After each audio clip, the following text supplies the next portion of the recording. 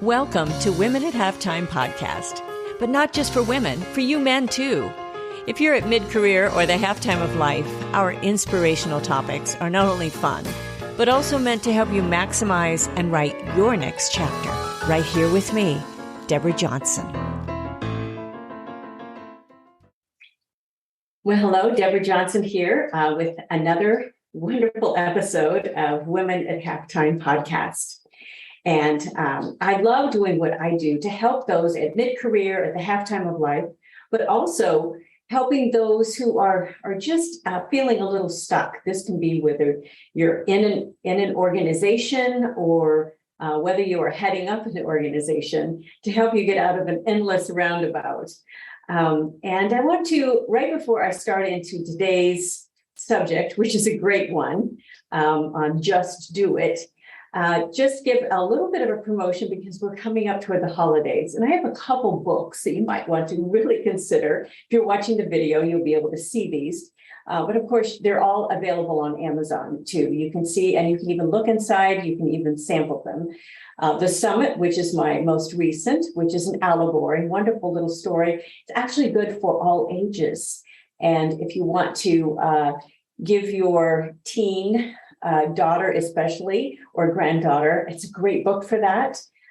Very visual and has some great self-help principles in it. And also Women at Halftime. Women at Halftime, I go through the entire hero mountain and all the steps there. And it's not just for women, it's also for men. So if you buy it for a spouse, feel free to read it as well. So I hope you take advantage of one of those books. And I will be coming out with another book the beginning of next year on getting out of a roundabout. So make sure you're also on our newsletter, which is goalsforyourlife.com/newsletter. So let's get right into this subject. The phrase, just do it, is associated with the sport brand Nike. And it was coined in 1988. At an advertising agency meeting. And one of the founders, Dan Weiden, he credits the slogan to Gary Gilmore's last words, "Let's do it." Those words weren't associated with inspiration or athletics. They were Gary's last words before being executed for murder in 1977. But as people often forget details, the words were revived in a totally different way that was a brilliant marketing move. Now, the popularity of the phrase, along with the Nike swoosh, it appears all over the world. And the symbol is as powerful as the look of the athletes in the ads. Apparently, the creatives, they questioned if just do it, it was even needed for the brand. But they tried it, and the response was just overwhelmingly positive. And if you want a little inspiration, watch one of the first commercials with 80-year-old Walt Stack on YouTube. It's amazing. I put the link in this article. With every single podcast that I do, I write an article, so make sure you access it. But how does just do it relate to ordinary you and I, most who are not professional athletes? We may not even wear Nike products. Well, I feel the slogan is so very powerful and relevant in moving us forward in our lives and our businesses. And it comes at a great time to think about this right now. We can obtain a lot of facts and figures, a wealth of knowledge, and we've even maybe outlined all of our goals and we've got those in place. But unless we apply that principle of just do it, well, nothing will move us forward in our lives. And if you need some inspiration, well, I have some tips for you. So let's start on those 5 tips that I have for you today. Number 1, face the facts. Before you can assertively move forward to a determined goal, you need to determine exactly where you are. Now, the program Face the Nation, it was a show created in 1954, and it's one of the longest running news shows in America. But unfortunately, it's not really news anymore. It's opinion, as many of the so-called news shows have become. Where are the facts? I have heard so many people ask that question. Well, many have now turned toward alternate avenues and alternative avenues to garner those facts. But that's still a challenge, as the true source of some of the information is difficult to locate. And I think the same principle applies to our lives. We have an opinion of where we are, but have we taken a hard look in the mirror lately? The mirror of reality, it doesn't usually lie with where your business stands, where you are financially, or with your health or relationships. Be honest. A good tool that will help you with this is the Position Workbook using my Halfers model. It's a free download, so make sure you get it. And don't be afraid to go through the work to do that. It may really, really help you move forward. So after face those facts, number 2, create a good plan. Well, most of us don't think about the actual flight plan when taking our seats on a plane, right? If you're like me, I'm just counting the hours until we land. And then I sit back to read or take a nap or hope the person in front of me does not recline his seat. However, I'm very happy our pilot and our crew have a plan. Pilots not only have our course plotted, but they can't even take off until everything is correctly checked off a list.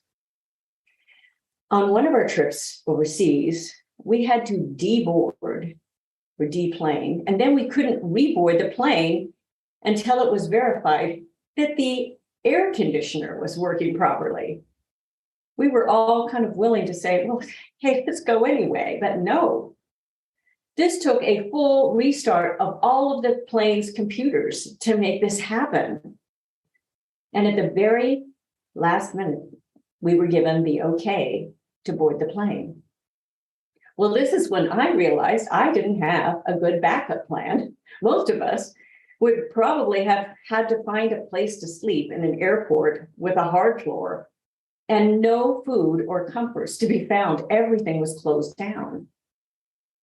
And it's a good illustration of how there are times in our lives, even with the best laid plans, but they can go awry. And many entertainers and those traveling for business, they do face this dilemma in airports, unfortunately, all too often. But a good plan, and even a backup plan, it will give you at least the confidence to move forward. And it doesn't need to be fancy, but it should be logical and it should be measurable. And I speak a lot about goals and the implementation of goals with good habits. Tiny steps towards your end goal will get you there with consistency and less disruption. And I have a wonderful article on this. The link is in this article. Establishing those habits may even get you there faster. So let's move on. Number 3, solicit solid accountability. Don't be afraid of that. Do you have an accountability partner or a group? Finding and maintaining a group that will check in on each other is so very valuable, and it can have life-changing results. Gathering a group or an individual that will serve as a trusted source of feedback and accountability, it could be one of your best investments in you. Now, maybe you have multiple people or groups for different areas of your life. And I often speak about my lifetime small group of ladies. We've been together, but probably close to 20 years now. And we share with each other our spiritual, our family, and our professional goals. And we only get together maybe 3 or 4 times a year. Tony Van Veen, I interviewed him recently and look at the article with him. He shared how he meets with 8 CEOs one morning a month and has for the past 15 years. This keeps him grounded with trusted colleagues, talking over those ideas and business principles. He's running a huge company right now. Now think through your relationship circles. And I talk about this in chapter 7 in my book, Women at Halftime, that I told you about even at the beginning of this podcast. It's well worth your time to determine who you can trust to bring into your inner accountability circle. Well, now we get to it. Step number 4, after all these 3, is just do it. If ever you started a new exercise routine, you realize how hard it is to create momentum. It's not always just hard to start, but even harder to continue. Well, this is why most gyms, they know about 12% of gym members, they sign up in January. And according to the Fitness Industry Association, most people have quit or stopped going after 24 weeks. I actually think that's a generous number, a generous estimate. I'd be surprised if most make it past 3 months, which is 12 weeks. I suggest you find some way that will help you stay the course. And this needs to be up to you. Your self accountability. Find out what works. Find out what works for you. Discover that for yourself. And it can be a timer. I use this a lot, a good list, or a reward system that you set up for yourself. It may take some willpower and resolve, but in many cases, you will be establishing a new healthy habit. And success is often the result of a new habit, especially when applied to a new goal. But you have to start. You have to just do it. Now, number 5, evaluate and repeat. I could put rinse and repeat, but evaluate and repeat. The process of evaluation is important to not only see what didn't work, but to expand on what did. And don't be afraid to discard of what didn't work. Though if you do feel it's worth giving it another shot, well, that's a risk you can decide for yourself. But cut your losses if you see yourself spinning endlessly going nowhere, similar to getting caught on an endless roundabout. I've talked about that quite a bit. I like to think of this process as layering.